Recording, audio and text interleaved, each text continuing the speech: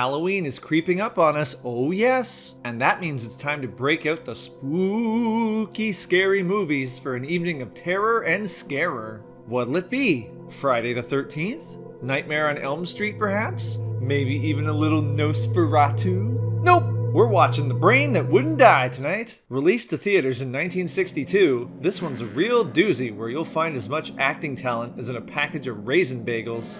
Pluff! Guests of The Brain That Wouldn't Die stay at the fabulous Rex-Carlton in New York City. Our story begins with Dr. Bill Courtner, a mad scientist whose primary goal in life is experimentation in reattaching and regrowing limbs. For science!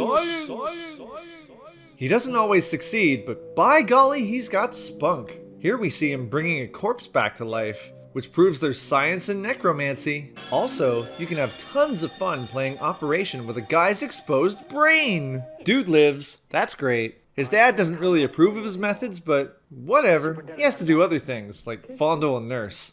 Actually, that's his future bride, Jan. So it's alright, though probably not sanitary right now. So he and his future missus go for a nice drive. She's curious about all his experimentation, so he promises to show her soon. But he drives like a real jerk and they get into an accident.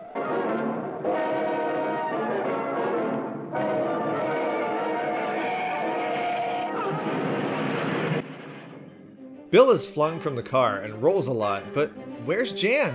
She's trapped within the flaming wreckage. Seeing no other alternative, Bill grabs a coat and retrieves something from the car. What could it be? The remnants of a Sears catalog, perhaps? Without a vehicle, he runs frantically back to his laboratory cottage on the outskirts of town, telling his assistant to help him prepare. What is it? It's an Arby's Deluxe sandwich. It cannot be exposed to light or it will turn into a liquid. Actually, it's Jan's decapitated head, and now he's going to try and keep it alive by attaching it to electrical circuitry and by pumping some sort of immaculate serum into it. They debate about the morality of keeping the head alive, but it's going to stay there for quite some time. Oh, one other thing of note. There's also another door in the laboratory, behind which lies an abomination of science. Bill is asked to check on the mysterious creature, and it makes quite a few grumpy noises.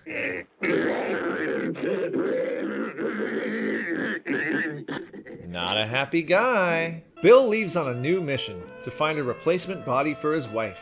And it has to be a good one. Can't just grab a stray cat or anything. Meanwhile, Jan's head is alive and ticked off. She wants to die, but can't, living a new life of torment, so she's not too happy about the potential to still get married right now. She and the strange closet creature have a little chat, and it's discovered that the serum has given her an unanticipated power, the ability to telepathically communicate with the unseen beast. Ooh! Bill's assistant Kurt overhears them and comes down for quite a conversation about the ethics of what's transpiring. Kurt has apparently stuck with Dr. Courtner because, after a horrible accident in an operation room, he lost an arm and has faith that eventually he can regrow a perfect arm despite, so far only coming up with this. And maybe he could do the same for Jan, but...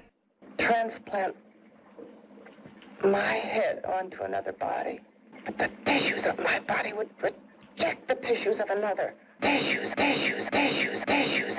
I remember when I lost my mind. The head can't act either. Then we have Bill driving down the street looking for a hot bod as the cheesiest music plays.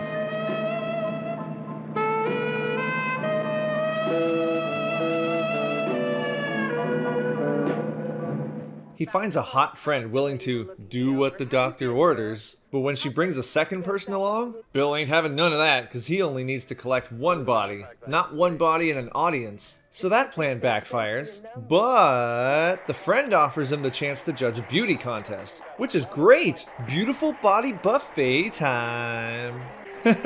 Ew, stop it, Bill. Despite the ladies looking good, Bill gets reminded about an art model he once helped out a while back and decides to pay her a visit. Her body is apparently superior to all these other so-called models. Meanwhile, back at the ranch, Jan figures out Bill's plan and really resents him now. She'll need to plot with the closet beast for a course of action. But Bill's still out there on the hunt and tracks down the art model, Doris. Though not before a bunch of guys photograph her in her bikini. And one lug really yearns for private photo time. Say, Doris, would you like to have a drink with me? Just you and me? Away from everybody? Someplace where nobody will butt in, where you and I can really be alone. No, thank you. How about posing for me? Private like. I'll pay you real money, real good money. kind of money they don't throw at you every day. And for doing hardly nothing at all. I do my posing for classes only, Wednesdays and Saturdays, 8 to 10. Yeah, no, but we can... Good night. She's now distrusting of pretty much all men, but with good reason. Apparently one man gave her quite some scars. But because Bill doesn't look away in disgust, she begins to trust him over other men. Bill promises his dad will totally help restore her skin, and she falls for the ruse because, hey, desperation. Alright, Bill's got his body.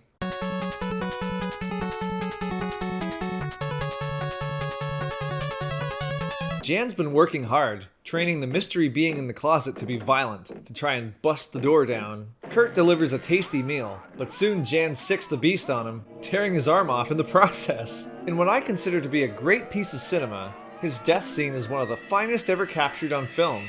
Watch!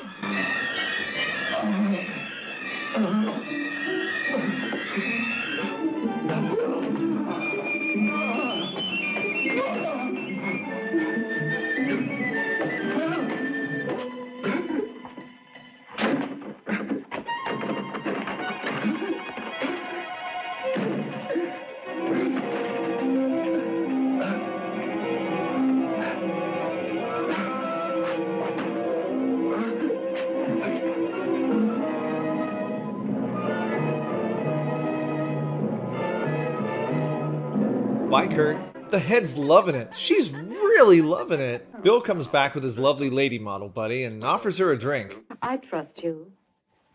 I trust you with my life.